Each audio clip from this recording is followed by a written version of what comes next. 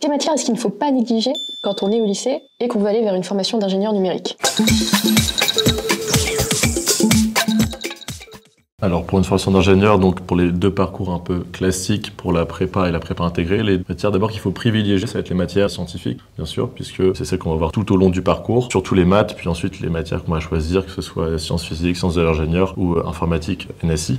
Et ensuite, il y a les matières qu'il ne va pas falloir négliger, ça va être, je pense, les matières littéraires, puisqu'en prépa, dans les concours, on va avoir des épreuves de philosophie et de culture générale et d'anglais, où il faut savoir disserter, avoir une culture sur un peu le monde actuel, l'économie, etc. Et si on s'oriente vers une prépa intégrée, on va ne pas négliger ces matières-là, mais on va avoir moins de matières littéraires. En prépa intégrée, on va être plus concentré sur les matières scientifiques qui vont derrière évoluer dans des matières plus techniques, plus appliquées. C'est vrai que je me souviens que quand je postulais en prépa scientifique, avant d'entrer en école d'ingénieur, à dossier égal dans les matières scientifiques, le fait d'avoir un peu plus de compétences dans les matières littéraires faisait que tu avais un peu plus de chances d'obtenir ce que tu voulais. Tout à fait, ça dépend des candidats. Et puis même, il y a certains concours, le coefficient pour la dissertation de français est plus élevé que les sciences d'ingénieur.